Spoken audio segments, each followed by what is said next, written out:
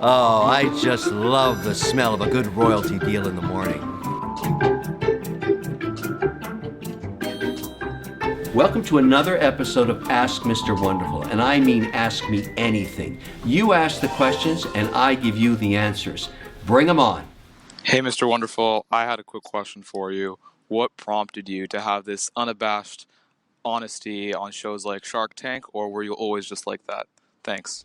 Hey, Eric, great question. Here's the way I look at it. Business is really binary, black and white. Either you make money or you lose money.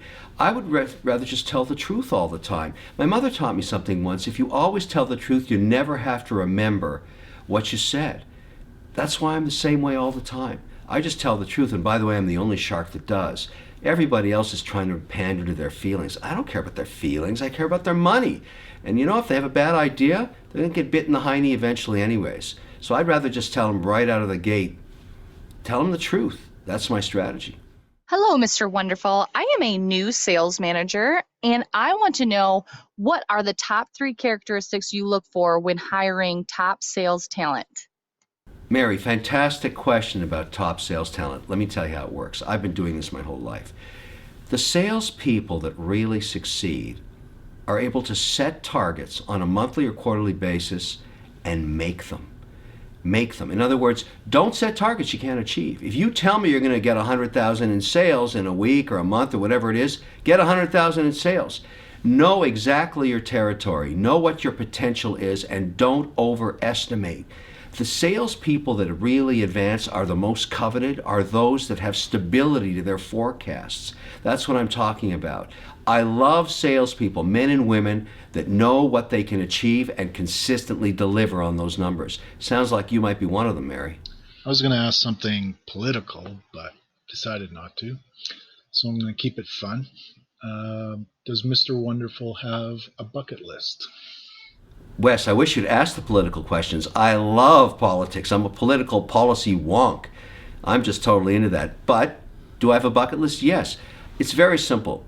I look at tomorrow's activities, and anything I don't want to do, I just don't do. I want to spend my time doing things that interest me. I want to pursue things that are intriguing, very often I haven't done before, and work with people I want to work with. That's what financial freedom's all about.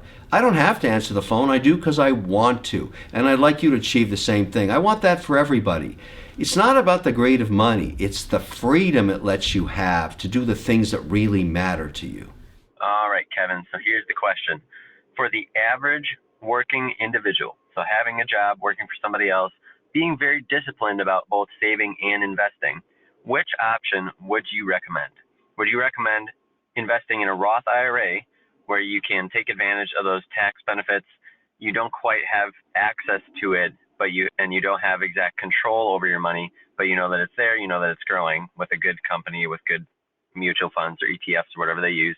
Or would you recommend investing with an individual brokerage account and building a dividend-paying portfolio like you talk about in most of your interviews and videos online, where you talk about diversification and not to invest certain percents more in each sector, each company. That way you have the dividends that you're building, and you also have more control over what happens with your money. Thanks, Kevin. It was good seeing you in Milwaukee, and I hope to hear a response from your question. Hey, James, look, that's a great question. I always prefer the taxed advantage strategy that you talked about in the Roth IRA, and I'll tell you why. You don't want to touch that money anyways. And frankly, once you put it into a diversified ETF, you're getting the market diversification you need. Stock picking is very hard, but I love anything that can accrue tax-free is really great. And it forces you to leave it alone and let it grow, which is what you want. You should be putting in 10% of your salary into that every year. So definitely the Roth IRA with a nice, diverse, conservative ETF of at least 20 stocks, and that's the way to go. I love dividends, but I love them even better when they're tax advantaged. Perfect. This one comes from Zach. Hi, Mr. Wonderful. My question to you is, on Shark Tank, I hear the sharks say a lot of times that people have products and not a company. I'm out. But in other cases, I see sharks actually buying businesses that are just products and not companies. So is this just a way to say, I don't see me making money with your product?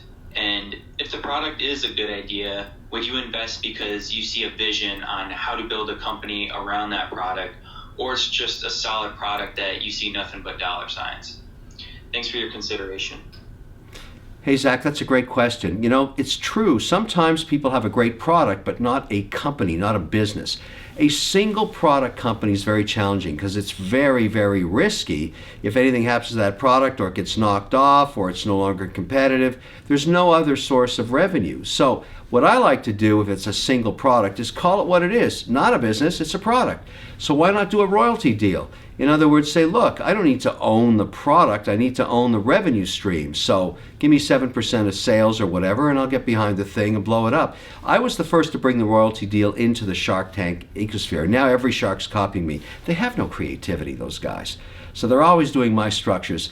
Well, what do you expect? I should invoice them for what they're learning from me. They're all grasshoppers. Hello, Mr. O'Leary. This is Sandeep from Toronto. Thank you for giving me this opportunity to ask you a question. I am a registered nurse working at a hospital, and we are always short-staffed. I am looking to start my own staffing agency, but don't know how to start. Can you guide me on how to get a contract and how to beat my competition? Should I offer a better price for the staff I send? Thank you so much. Sandeep, sounds like you want to be an entrepreneur. It's a great question. You know, the key is you're coming from the industry you understand, and yes, staffing's a big issue. Your first task is to find 5 people that are qualified that you can actually be a staffing agency with, so you can get them contracts with hospitals or care providers, and you have to add at least a 15 to 20% margin to them. But the fact that they don't have to be full-time employees may be a big advantage for you. The thing is, if you want to do this, you got to try. Entrepreneurship is not a destination, it's a journey. It's full of risk and hardship and lots of challenges, but if it's burning inside of you, you got to do it. And I think it's a great area. There's a never-ending demand for good healthcare professionals, so it's not like the market isn't there. It's how talented you are in actually herding sheep, which is really what the talent business is about. If you're an agency, you got to find qualified people that show up on time, are good workers, pay them well, pay them on time, and your job is to find them contracts, whether they be short-term or long-term. And if you keep the client and the actual worker happy, the people that are coming into your agency, it'll be a very good business. I know people that do this even for hostesses in arenas. They've built a big business by just getting great hostesses that show up on time in all those boxes that people want. That's a fantastic business too, same idea. Now you understand what I'm talking about. Good luck to you. I own a small manufacturing shop in South Florida. I'm not ignoring operations, but I want to get more business into my company, more local business. How much more should I focus on marketing versus operations? And I don't want to get overloaded with too much work and disappoint customers. My question is how to balance the two and still be able to manage it. Hey, Tom, it's the age-old question about capacity and your ability to service your customers. There's no question you want to service customers and have a very high quality of customer service. That's how you keep them coming back for more. But you also want to be running at 90, 95 capacity. So it sounds like you need to add a little bit of marketing, but not too much. That balance is something you have to do on a quarterly basis. You have to kind of forecast what's coming down the pike every 90 days and build a little more spend into marketing when it softens up. I like to be running a shop at 90% capacity minimum. That's when you're the most profitable. You've got a little bit of wiggle room for helping out a customer who wants a little bit more, but you've also used the majority of your productivity by being at almost full capacity. It's what they call work. It's the talent of the balance that really matters. Sounds like you should do a little more of it and focus a little harder on that 90-day cycle. Good luck to you.